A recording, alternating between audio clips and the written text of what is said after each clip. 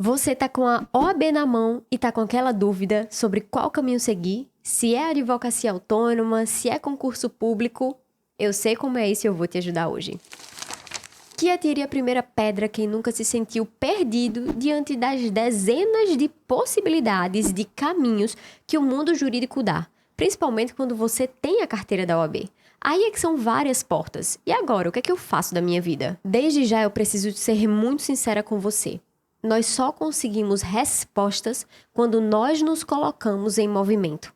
Isso significa que para você se encontrar profissionalmente, você precisa colocar a mão na massa, você precisa testar, tentar, dar certo, dar errado, saber o que gosta, o que não gosta. Não dá para ficar parado, porque as respostas não cairão do céu. Lá em 2015, quando eu me formei, no caso, quando eu peguei a minha carteira de advogada, não existia conteúdo ajudando outros advogados, era cada um por si.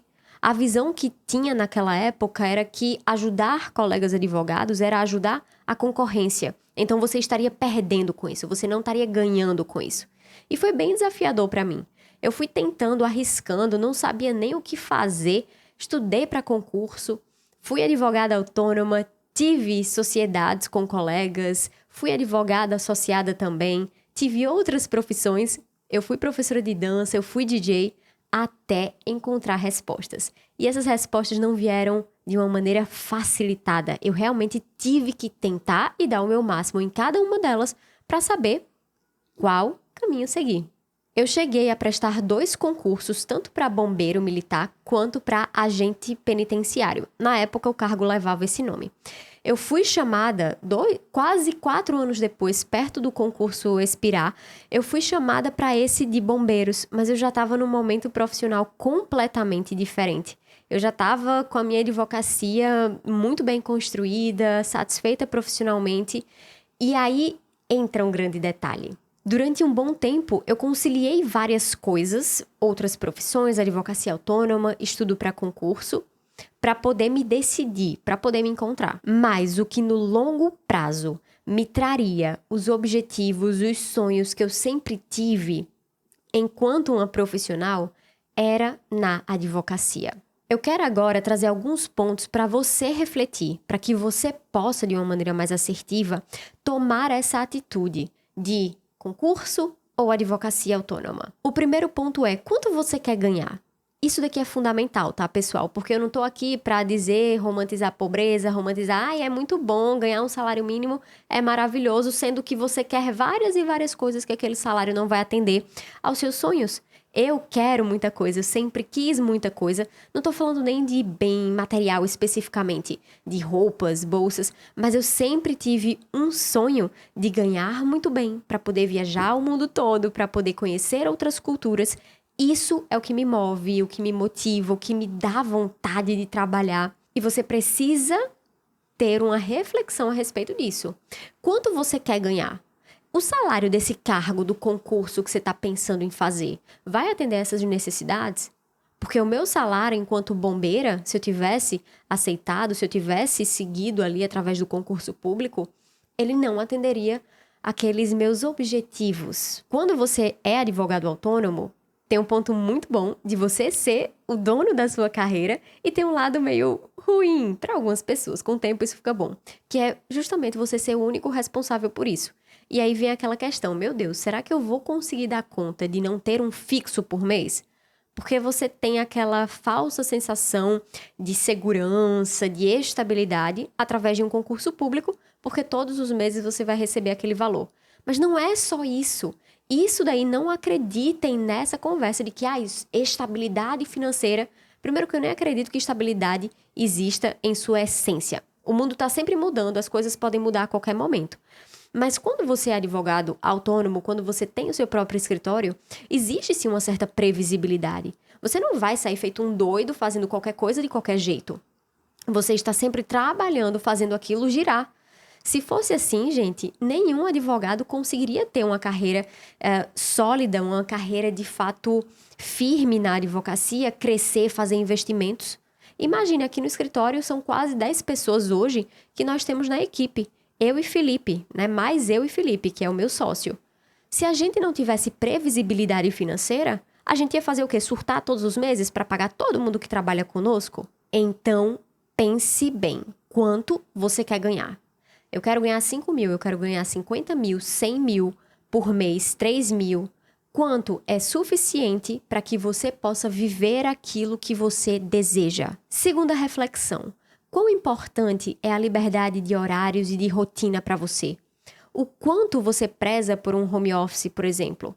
Porque quando a gente está falando de um concurso público, a gente está falando de você trabalhar todos os dias da semana, com aquele horário certinho, batendo seu ponto, né, com aquele horário. Você não tem uma liberdade de rotina, mas de jeito nenhum.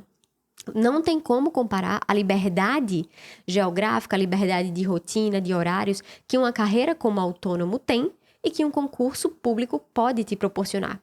Ainda que você seja juiz, você vai ter que estar todo dia fazendo audiência ou determinados dias fazendo audiência, atendendo advogados que querem ir despachar com você. Enfim, não se iluda também que concurso, meu Deus, mil maravilhas e é isso, liberdade geográfica. Você tem outros benefícios no concurso público. Algumas pessoas, por exemplo, vão preferir, como falamos anteriormente, aquele valor fixo por mês do que poder ter ganhos exponenciais com o passar do tempo. Afinal, o que eu ganhava quando eu comecei na advocacia é totalmente diferente do quanto eu ganho hoje e de quanto eu vou ganhar mais pra frente, porque a gente tá sempre reinvestindo. Uma outra reflexão que a gente até pode pegar um gancho na anterior. Para você, faz sentido, é importante ter um home office? Porque no concurso público, provavelmente você não vai conseguir isso. Pode ser que em determinados momentos, e eu falo porque os meus pais são servidores de tribunal, os meus sogros são aposentados, trabalharam como concursados uma vida toda. Então eu entendo perfeitamente, eu cresci dentro de um tribunal, eu sei como é esse dia a dia. Mas são poucas as pessoas, são poucas as situações que vão te possibilitar um trabalho remoto enquanto servidor público. Para muitas pessoas que me seguem, muitas alunas minhas são mães, têm uma rotina de fato que demanda mais atenção dentro de casa e que elas querem isso. Elas querem se dedicar à maternidade, elas querem passar um tempo maior de qualidade com os filhos e viver esse momento. Então, aí a advocacia, ela se destaca pra caramba, porque você consegue ter uma liberdade maior de trabalhar de casa, de fazer os seus horários. Ai, Fê, eu produzo mais à noite, depois que o pessoal, os meus filhos vão dormir. Eu produzo mais de manhã cedo quando eles estão na escola. Enfim, você tem uma flexibilidade bem maior. Quarta reflexão. Quão importante para você é sair de férias e se desligar 100% do trabalho? Por que eu tô falando isso? Porque nem tudo são flores, pessoal. A advocacia autônoma, ela é maravilhosa, sim, eu sou apaixonada. Mas quando você é dona do seu negócio, quando você é advogada do seu escritório, você pode até ter um estagiário, algum associado, mas o seu escritório ainda depende de você estar ali cuidando de tudo, de certa forma. Você vai sair de férias, vai. Você vai viajar, você vai ter sua liberdade geográfica muito presente. Mas não pense, alinhe bem suas expectativas a respeito de ficar offline do seu trabalho 100%. Não tem como se ele ainda depende muito de você. Então, para você, faz sentido esperar alguns anos até conseguir sair de férias sem ninguém lhe mandar um WhatsApp tirando uma dúvida do que fazer com determinado cliente? Porque, de fato, quem consegue tirar férias e se desligar 100% do trabalho é servidor público. Pense bem, reflita com calma e eu encorajo você a tentar, a testar, a não ter medo de ir atrás dessas respostas. Eu fui atrás dessas respostas, eu testei, eu tentei. Eu tive sucesso, inclusive, com as outras profissões que eu exerci, mas eu escolhi a advocacia autônoma por um motivo. Lá no final das contas, com o passar dos anos, no longo prazo, a advocacia autônoma, ter o meu próprio escritório, ela iria me proporcionar o que eu desejava profissionalmente.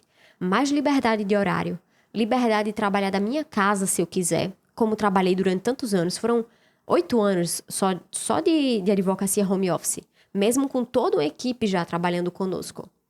Então foram quase 8 anos até a gente ter a estrutura aqui desse escritório. E tudo que eu queria, tanto do ponto de vista financeiro, quanto de realização também pessoal, a advocacia autônoma iria me atender. O que eu vejo e que é muito comum, pessoal, são pessoas que saem da faculdade perdidas e se tá lá perdido, você vai fazer o quê? Ah, eu vou estudar para concurso. É o que eu mais vejo. Pessoas que não têm uma vontade de fato de ser concursado, de trabalhar com aquilo, com aquele dia a dia um pouco mais monótono do serviço público, de certa forma, a depender principalmente de onde você fique lotado. Mas eu vejo muitas pessoas tratando o concurso não como uma opção de escolha tomada, mas como uma falta de opção, então eu vou fazer concurso.